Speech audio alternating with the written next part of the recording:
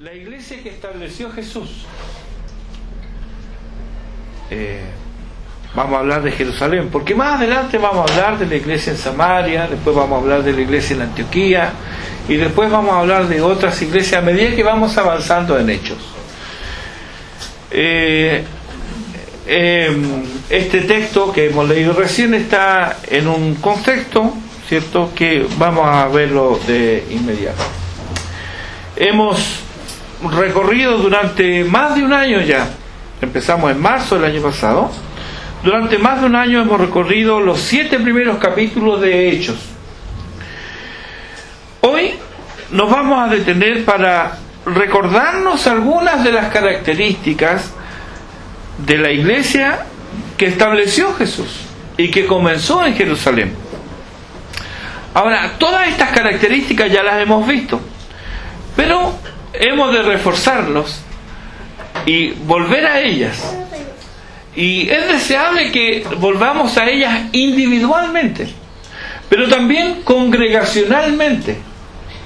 No una vez, sino que también periódicamente, que volvamos a estos textos.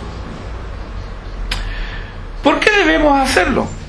Bueno, debemos hacerlo porque la iglesia es debilitada o es contaminada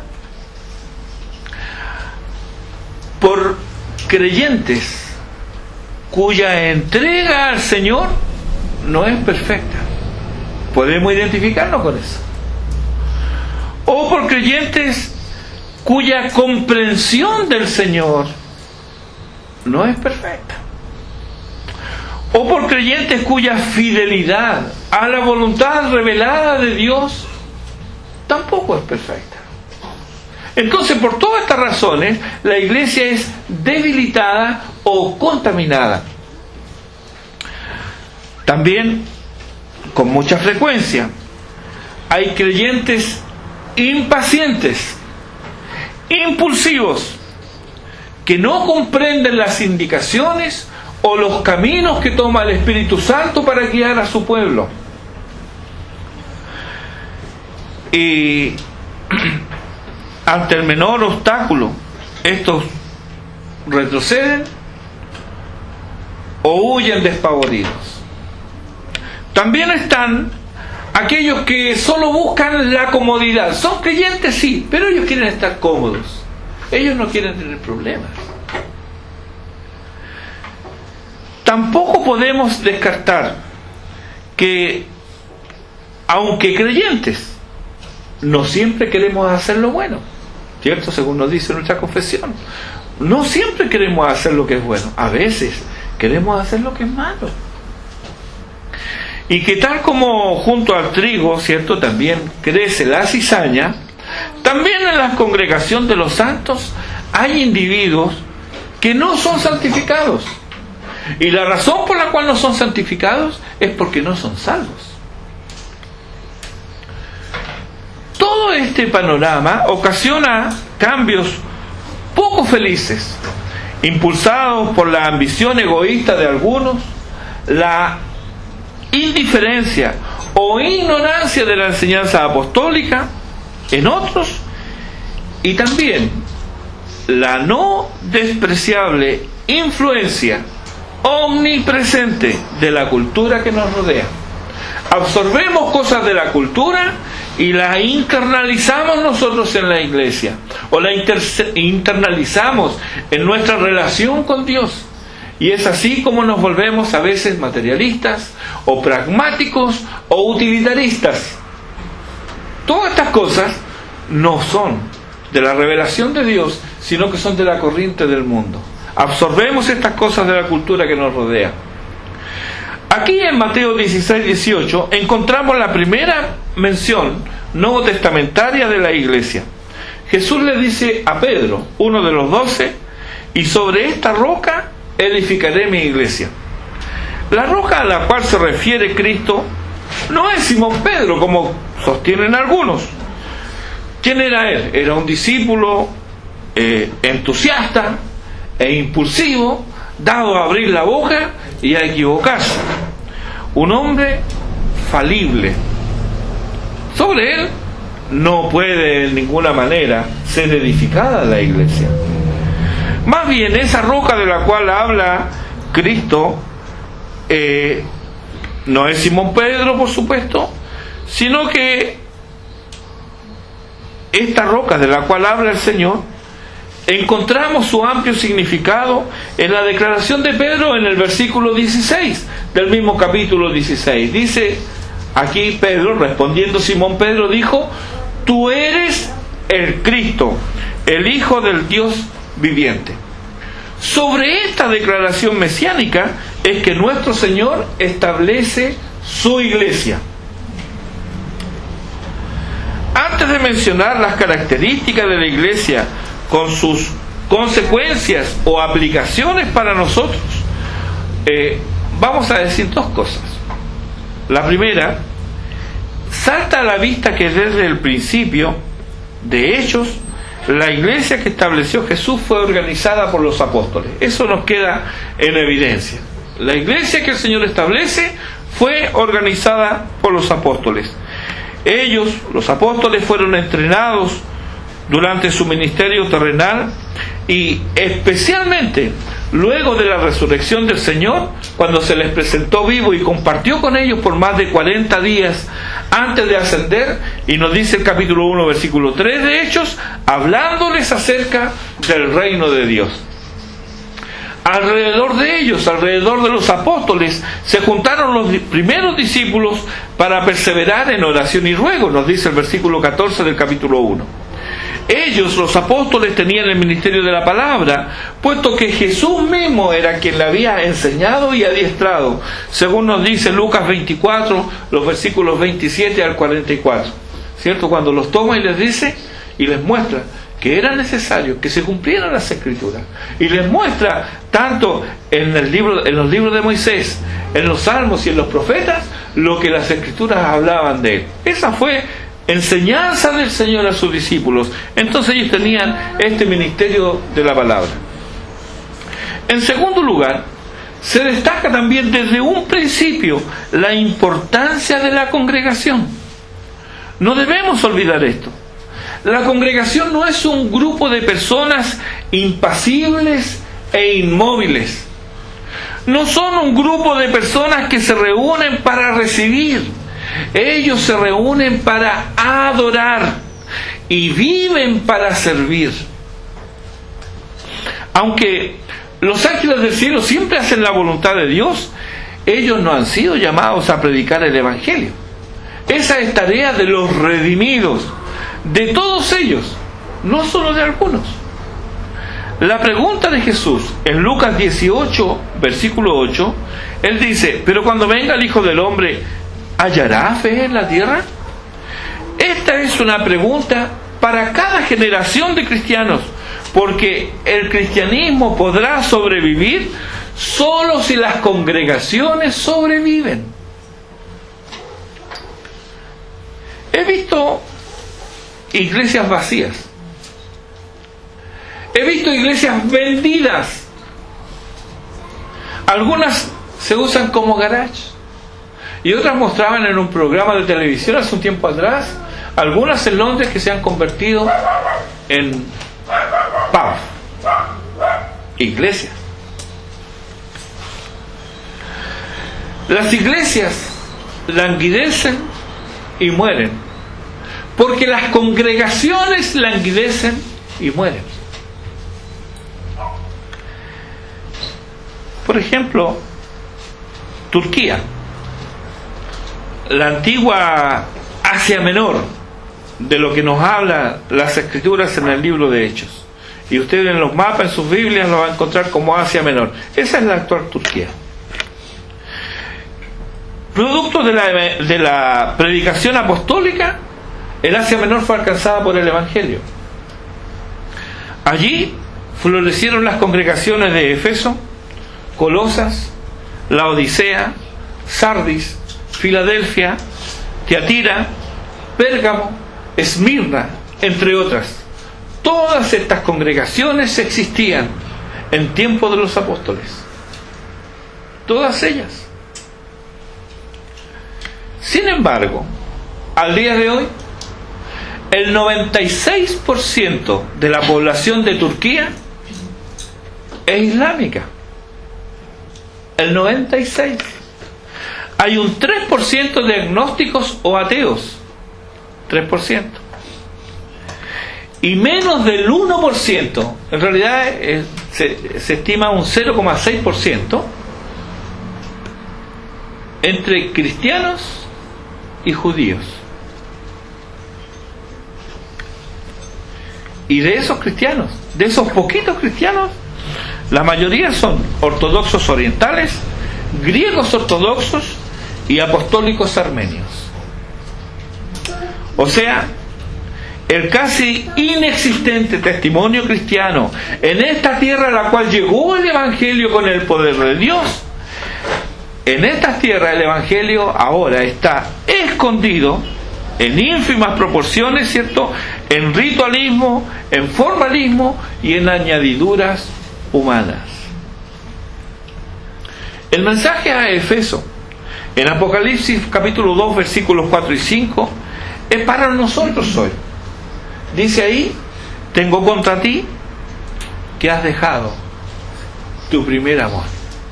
Por tanto, recuerda de dónde has caído y arrepiéntete y haz las primeras obras, pues si no, vendré pronto a ti y quitaré tu candelero de su lugar si no te hubieres arrepentido.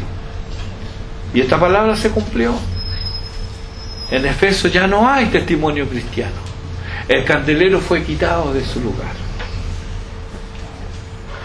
Las Escrituras, la historia y la experiencia nos dicen que las congregaciones son importantes, que cada uno de los congregantes es importante cuando de preservar el testimonio de Jesucristo y de predicar la palabra de Dios se trata. La congregación es importante. Al respecto, hermano, ¿qué haces tú? ¿Es importante para ti la iglesia? ¿Es tu amor por ella como describe Efesios 5:25? Y el apóstol dice: así como Cristo amó a la iglesia y se entregó a sí mismo por ella. Yo debo preguntarme si soy de los que construyen, de los que aportan, de los que sostienen, de los que edifican a la iglesia. O por el contrario, si me siento como juez de ella, si soy un crítico consumado, un cómodo espectador o un hipócrita religioso. ¿Debo yo responder esas preguntas? Hermanos, que no caiga sobre nosotros el baldón que cayó en su momento sobre la congregación de Sardis. Apocalipsis 3:1, ahí lo encuentra. Dice: yo conozco tus obras, que tienes nombre que vives y estás muerto. Las congregaciones languidecen porque los congregados languidecen.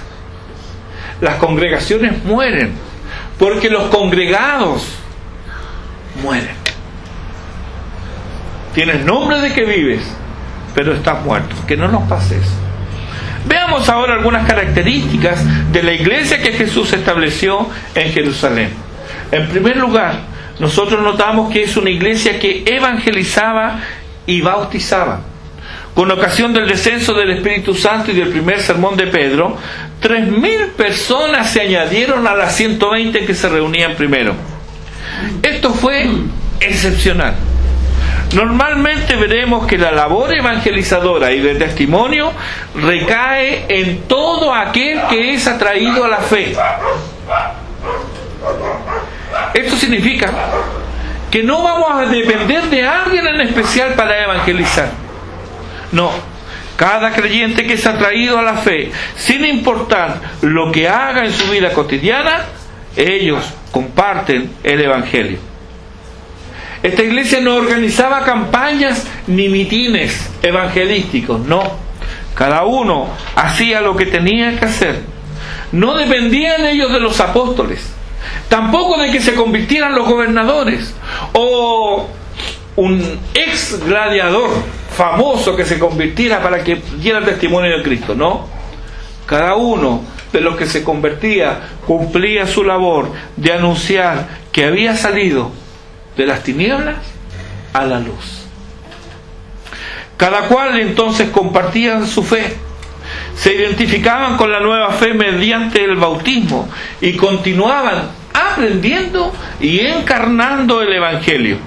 No era algo solamente intelectual, no era algo solamente para la mente, sino que era algo vivencial, experimental. Vivían y experimentaban el Evangelio.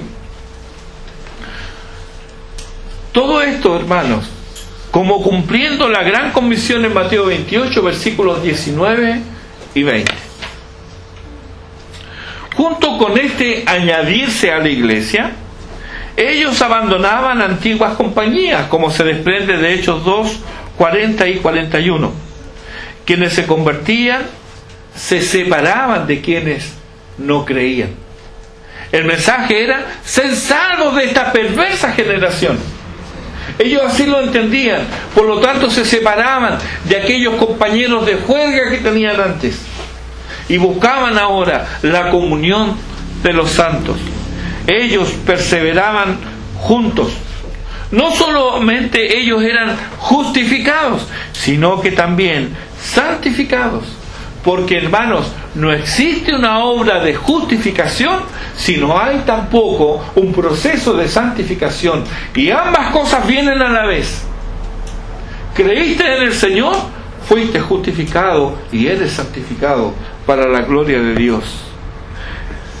Más adelante, Pablo les dirá a los corintios el cómo de esta necesaria separación. Ahí en 1 Corintios, en el capítulo 5, los versículos 9 al 11, Pablo les dice: miren, les he dicho que no se junten con este tipo de personas, pero no con todos, sino con aquellos que, llamándose hermanos, fueren de esta y de esta manera. 1 Corintios 5, 9 y 11. Y quienes menospreciaron la santificación en esta iglesia fueron juzgados y excluidos de la congregación. El testimonio de Ananías y Zafira al respecto es elocuente, ahí en Hechos capítulo 5. En tercer lugar, ellos permanecieron fieles a la doctrina de los apóstoles. Jesús les había prometido que luego de su partida les sería enviado el Espíritu Santo, y Él había dicho: Él os enseñará todas las cosas y os recordará todo lo que yo os he dicho. Luego de su resurrección, Él mismo, el Señor mismo, durante 40 días les enseñó y les mostró cómo las Escrituras daban testimonio de Él y del reino de Dios. Los apóstoles fueron inspirados por el Espíritu Santo. Dios habló por medio de ellos y la iglesia estuvo atenta a este mensaje. Hechos 2:42 nos lo confirma. Y otra vez, Mateo 28:20 se cumple entre ellos, porque ahí dice, y es parte de la gran comisión: enseñándoles que guarden todas las cosas que os he mandado. No tenemos derecho a quitar, tampoco tenemos derecho a añadir.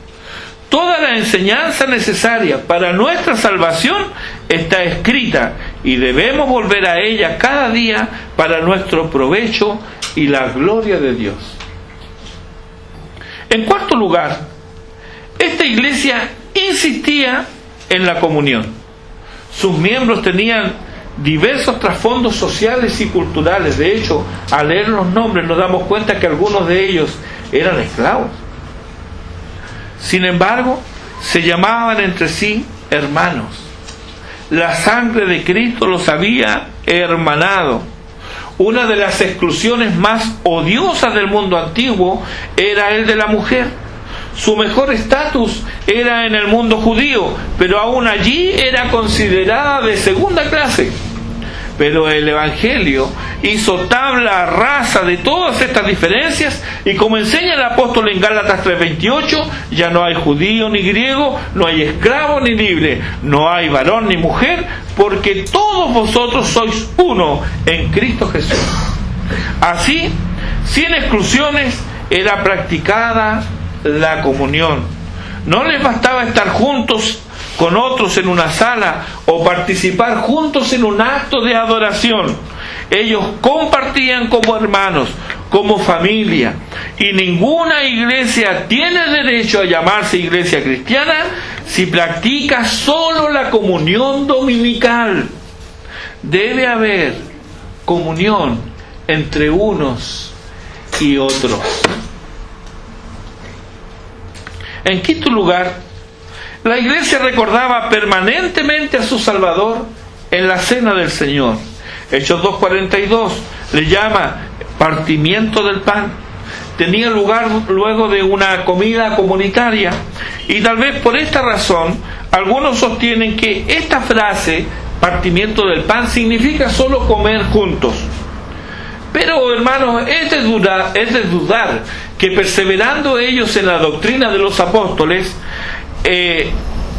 como ellos lo hacían, como nos dice Hechos 2:42, ellos dejaran o ignoraran un mandato del Señor cuando Él dijo: haced esto en memoria de mí. En sexto lugar, esta era una iglesia que oraba. Sus necesidades fueron variadas, pero encontraron en la oración una práctica habitual para dar a conocer a Dios sus necesidades.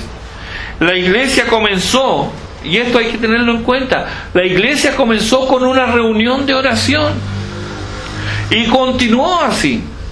En Hechos 1:14 nos dice que los apóstoles, las mujeres, la madre y los hermanos de Jesús, dice, perseveraban unánimes en oración y ruego. Luego, bajo amenaza y prohibición de predicar y enseñar, ellos se reúnen, y leemos en Hechos 4:24, alzaron unánimes la voz a Dios. Ellos oraban: y no tenemos derecho a llamarnos iglesia de Jesucristo si cada uno de nosotros no participa de alguna manera de las oraciones del pueblo de Dios. Estas son características de esta iglesia que fundó el Señor. Y son características que nosotros debemos imitar y seguir. En séptimo lugar, esta era una iglesia generosa con sus ofrendas. Hechos 2:44 y 45 nos presenta el impacto excepcional en la generosidad de los fieles. Y volvemos a ver lo mismo en el capítulo 4, versículo 32. ¿Por qué es excepcional? Porque esto no es la regla. Ahí dice que ellos vendían sus bienes y lo compartían con todo aquel que tenía necesidad. Tampoco era la costumbre de ellos. Pero, hermanos, no pensemos que antes de esto ellos no daban nada. No. Cada judío tenía incorporado como un deber que tenía que sostener el culto público a Dios. Esa era su responsabilidad. En realidad, hermanos, hasta los paganos practicaban esto. Y los primeros cristianos no fueron, por supuesto, la excepción. En realidad, ellos avanzaron a límites insospechados para entonces y para ahora.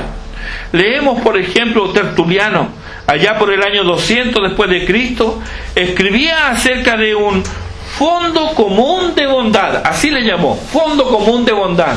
Era voluntario. Al respecto, él escribe: porque no entregamos nuestro dinero a este fondo para gastarlo en fiestas o francachelas y bebidas, sino para el alimento y sepelio de los pobres, para mantener a los huérfanos y destituidos, para los ancianos que están confinados en sus casas, para los náufragos y todos aquellos que se hallan en las minas o deportados a las islas o en la cárcel, o a los que se ven perseguidos a causa de su confesión, siempre y cuando sus sufrimientos sean debidos a ser seguidores de Dios.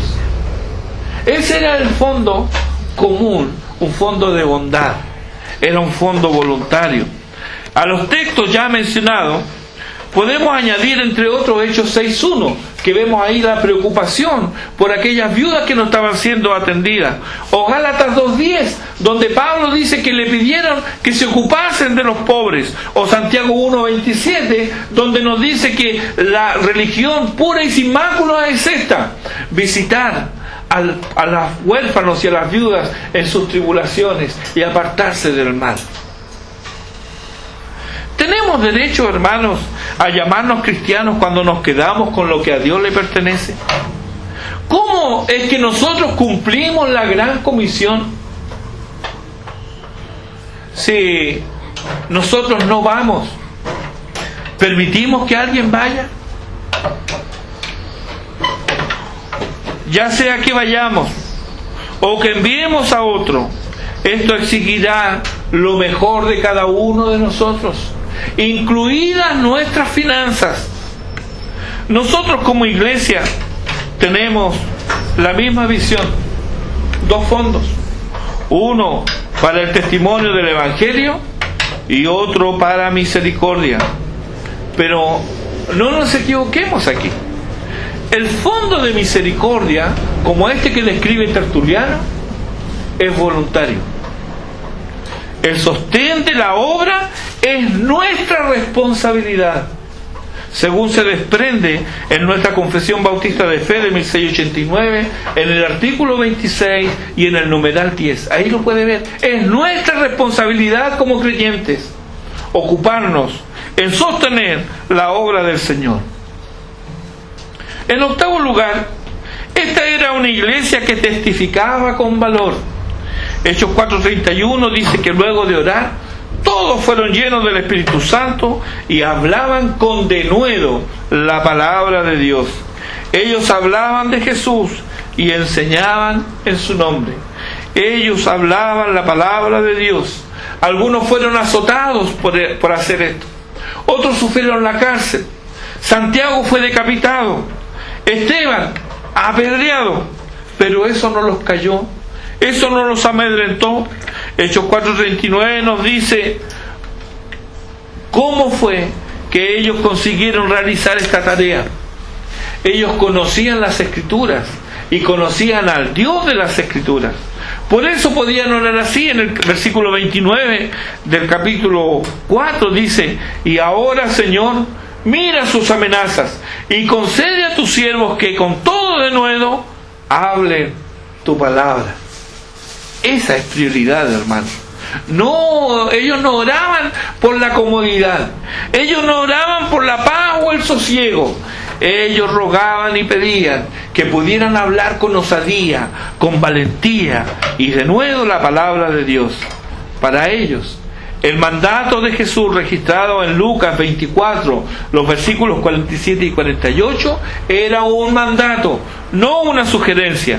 Allí dice Jesús: y que se predicase en su nombre el arrepentimiento y el perdón de pecados en todas las naciones, comenzando desde Jerusalén. Y vosotros sois testigos de estas cosas. Al respecto, testificas de Cristo. Predicas en su nombre el arrepentimiento y el perdón de pecados. Lucas 9:26 dice el Señor: porque el que se avergüence de mí y de mis palabras, de éste se avergonzará el Hijo del Hombre cuando venga en su gloria y la del Padre y de los santos ángeles. En noveno lugar, esta iglesia tenía actividades diarias. Note en Hechos capítulo 2, los versículos 46 y 47, ahí hay dos palabras. En cada uno de los versículos dice cada día. Cada día. A medida que fueron creciendo, más y más compartían unos con otros y con todos. Obviamente, hermano, no iban todos a la casa del hermano fulano un día determinado. Imagínense cómo van a ir 3.000 personas a una casa todos. No, seguramente se reunían en distintos lugares, en distintas casas, pero compartían unos con otros. Es posible concluir que era una iglesia bullante de actividad, donde cada uno encontraría su propio lugar de servicio en la comunidad cristiana. Al respecto, debemos desterrar de nuestra mente la idea de que servimos al Señor porque nos congregamos en su día. No, hermanos. Servimos al Señor algunos dentro de estas cuatro paredes, pero todos, y subrayo todos, somos llamados a servir fuera de estas paredes. Todos. Servir fuera de estas paredes, hablando del Señor, testificando del Evangelio y sirviendo al prójimo, creyentes o no, con nuestros dones, nuestros talentos, nuestras habilidades. No solamente testificar del Señor, sino que también sirviendo al prójimo. La 10ª característica de esta iglesia es que ella continuó siendo una iglesia docente. Para que una multitud persevere en la doctrina de los apóstoles, es necesario que haya quienes enseñen. Ahora, 12 hombres para 3.000 personas no parece una cifra muy adecuada. Así que, para mantener esta enseñanza continua, debían haber enseñadores. Nuevamente, el mandato del Señor les pesaba, puesto que dice, enseñándoles que guarden todas las cosas que os he mandado. Obviamente que los apóstoles transmitieron esto, y a quienes les fueron transmitidos, ellos a su vez lo fueron transmitiendo, y así sucesivamente. Había una labor constante de enseñanza. Históricamente la iglesia ha respondido a esto, sobre todo después de la reforma del siglo XVI, donde universidades y escuelas han surgido al amparo de las iglesias, comenzando en primer lugar por desterrar el analfabetismo y traduciendo las escrituras a los idiomas vernáculos. Porque antes que eso, antes del siglo XVI, por casi 1000 años, el idioma en el cual estaban escritas las escrituras y en el cual se predicaba era el latín. ¿Y qué sabía del latín un campesino alemán? ¿Qué sabía del latín un campesino en Inglaterra? Nada. Entonces, ¿qué es lo que primero hicieron ellos? 2 cosas. Tradujeron las escrituras a los idiomas del pueblo. Y lo segundo que hicieron, enseñar a leer y a escribir, porque gran parte de la población era analfabeta. De hecho, las primeras escuelas dominicales surgieron para enseñarle a los obreros del carbón y a sus hijos a leer y a escribir. Y esto pasó en Inglaterra en el siglo XVIII y XIX.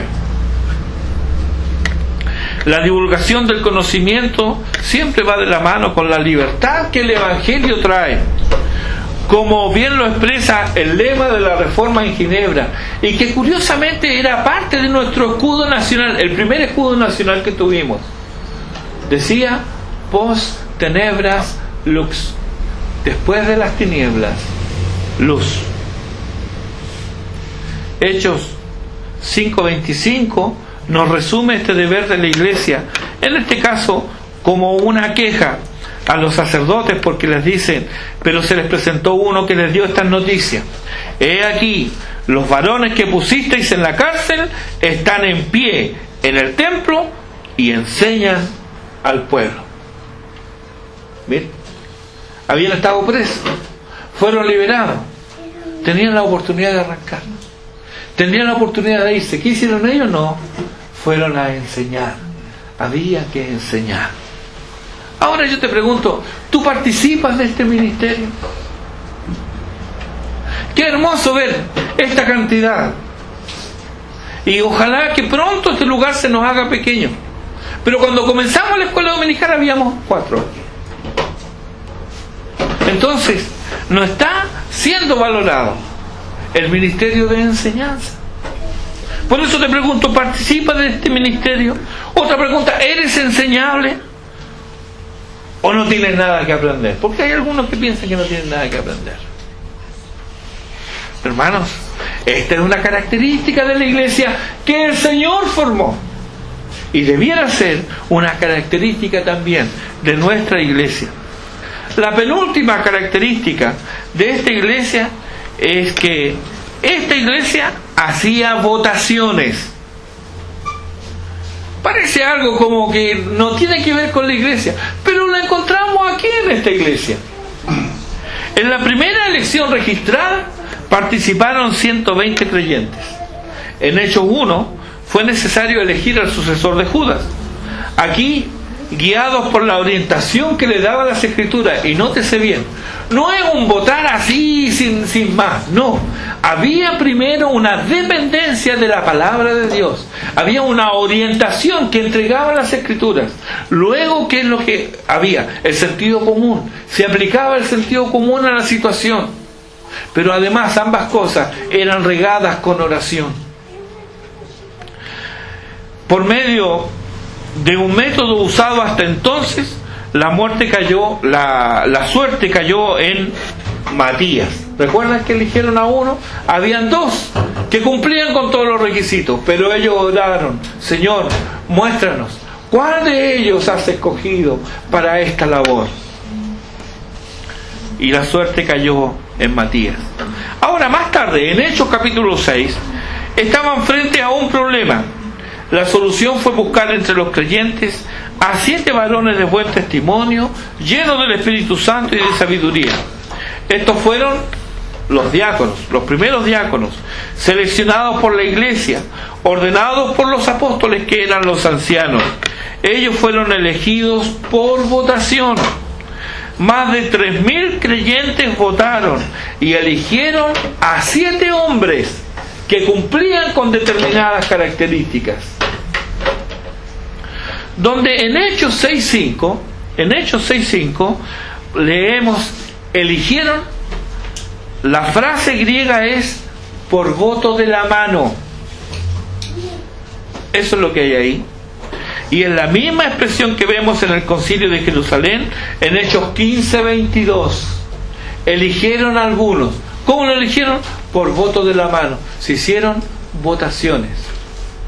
Pero no nos olvidemos, estas votaciones no son guiadas por sentimientos, porque es mi familiar, porque me agrada, porque por la razón que sea. No, son orientados por la palabra de Dios. Se aplica el sentido común y hay oración de por medio, y luego recién se procede a la votación.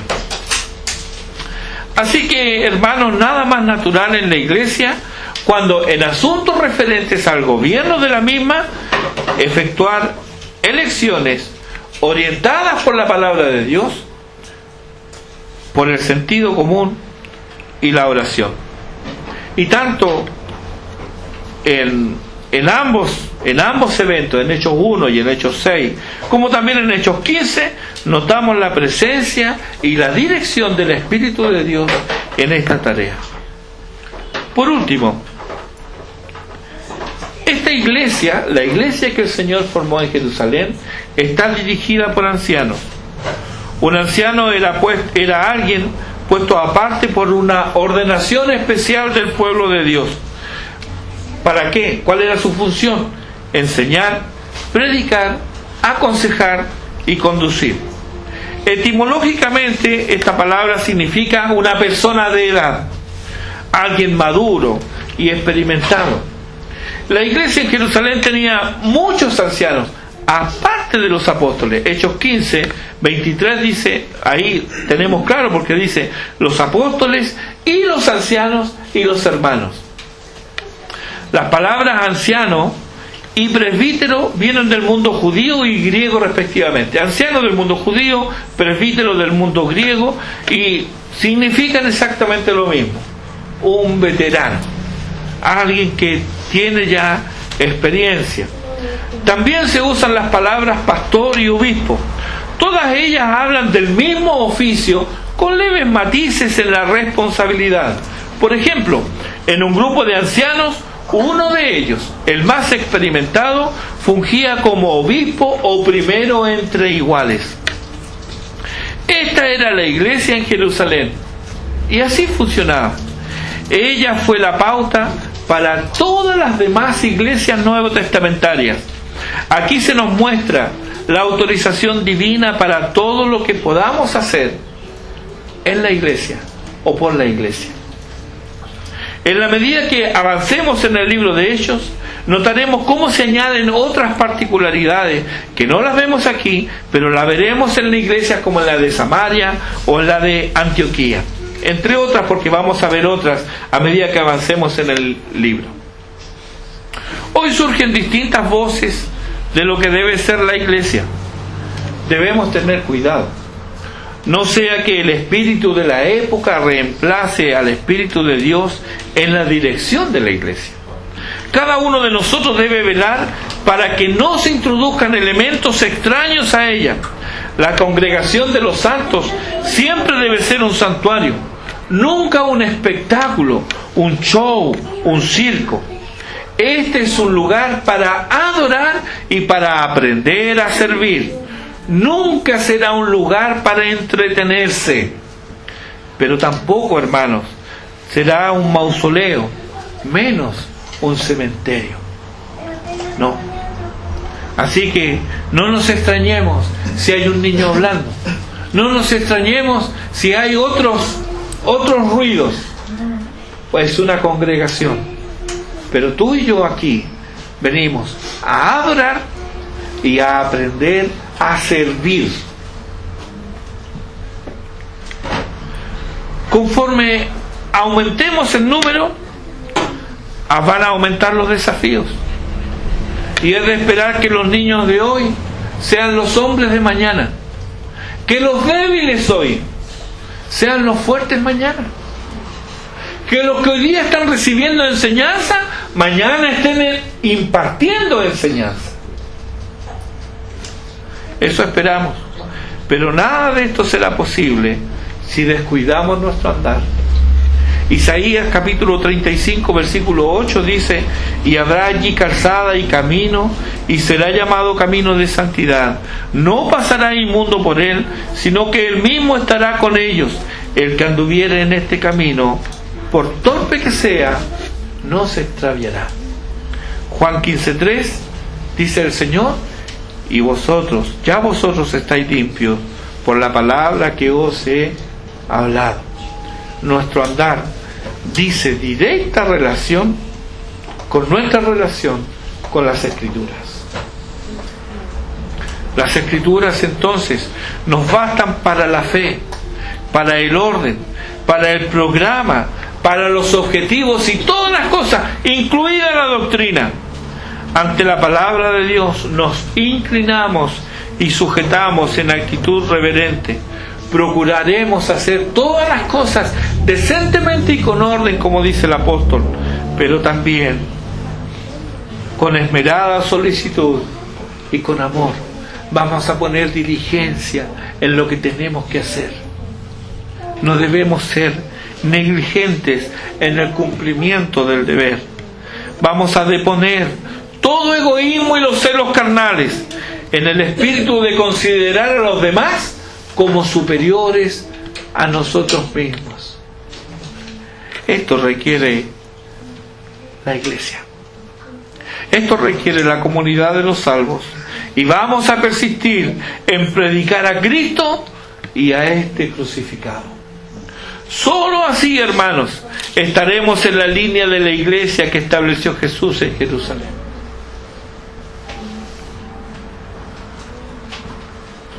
¿Perteneces a esta iglesia? ¿Cuál es tu parte en esta iglesia? El Señor Jesucristo es el Señor de la iglesia. Ahora, ¿Él es tu Señor? Porque no puedes ser parte de la iglesia si Él no es tu Señor. Pero puedes ser parte de la misma. Debes venir a Él creyendo que Él murió por tus pecados.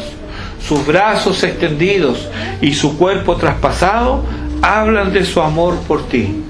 Por lo tanto, si aún no lo has hecho, ven a Él arrepentido. Pídele que tenga de ti misericordia y que te dé fe para creer.